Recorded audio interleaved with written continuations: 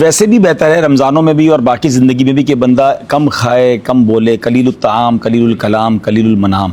یہ تو معرفت الہی کا یوں سمجھ لیں ایک فارمولہ ہے کہ بندہ عمل کرے تو بہت چیزیں، عبادت کرنا بھی اس پر آسان ہو جاتا ہے۔ مسجد میں فضول باتیں کرنا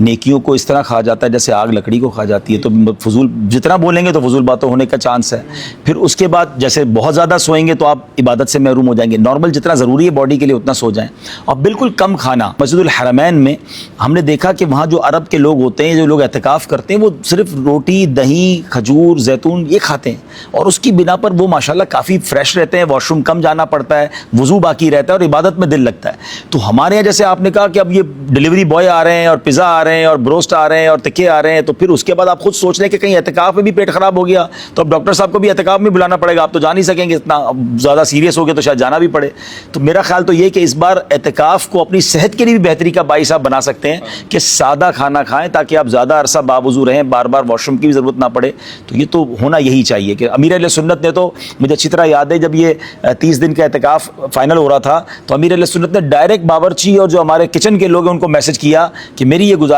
ہے کہ تمام اعتکاف میں آدھے کر دیے جائیں مسالے اور آدھا تیل کر دیا جائے، یعنی ذائقہ ہو سکتا ہے آپ کو پسند نہ آئے، معتکفین کو بھی سمجھایا، لیکن آپ صحت مند رہیں گے انشاءاللہ اور آپ دیکھیں گے کہ آپ کی طبیعت ٹھیک رہے گی، ورنہ ایسیڈیٹی ہوتی رہے گی، پیٹ خراب ہوتا رہے گا۔ تو الحمدللہ ہمارے کچن والوں نے وہ تمام چیزیں کم کی تاکہ اور اعتکاف میں رہنے والے، فیضان مدینہ عالمی مدنی مرکز کے اعتکاف میں مرغن کھانے اور ڈیفیکلٹ چیزیں نہیں کھلائی جاتی، سادہ سادہ کھلایا جاتا ہے کہ اصل فوکس کھانا نہیں ہے، اصل فوکس عبادت ہے۔ اور میں یہاں چلے حرمین طیبین کے اعتکاف کر بھی بات کر لیں، کیونکہ بڑی تعداد میں لوگ وہاں بھی اعتکاف کرنے گئے ہیں، جا رہے ہیں۔ اللہ کرے ہمارا یہ میسج دیکھیں تو پہلے تو ہمارے لیے دعا کیجیے گا، آپ اتنے خوش نصیب ہیں کہ اتنی مبارک جگہ پر آپ کے یہ دنوں رات گزریں گے، مگر یہ ضرور دیکھیے گا کہ یہ کتنا ادب کا مقام ہے، اور وہاں سے کچھ ویڈیوز، وہاں سے کچھ سوشل میڈیا کی ایسی چیزیں آتی ہیں جو بیان بھی بندہ نہیں کر سکتا کہ یار معتکفین یہ کیا کر رہے ہیں۔ تو کوشش یہ کریں کہ ایسے لوگوں کے ساتھ بیٹھیں جن کا کام عبادت کرنا ہے، انہی کے ساتھ آپ بھی بیٹھ جائیں، تلاوت کرتے رہیں، ذکر و اذکار کرتے رہیں، اور کوشش کریں کہ اپنے آپ کو فضول باتوں سے بھی بچائیں۔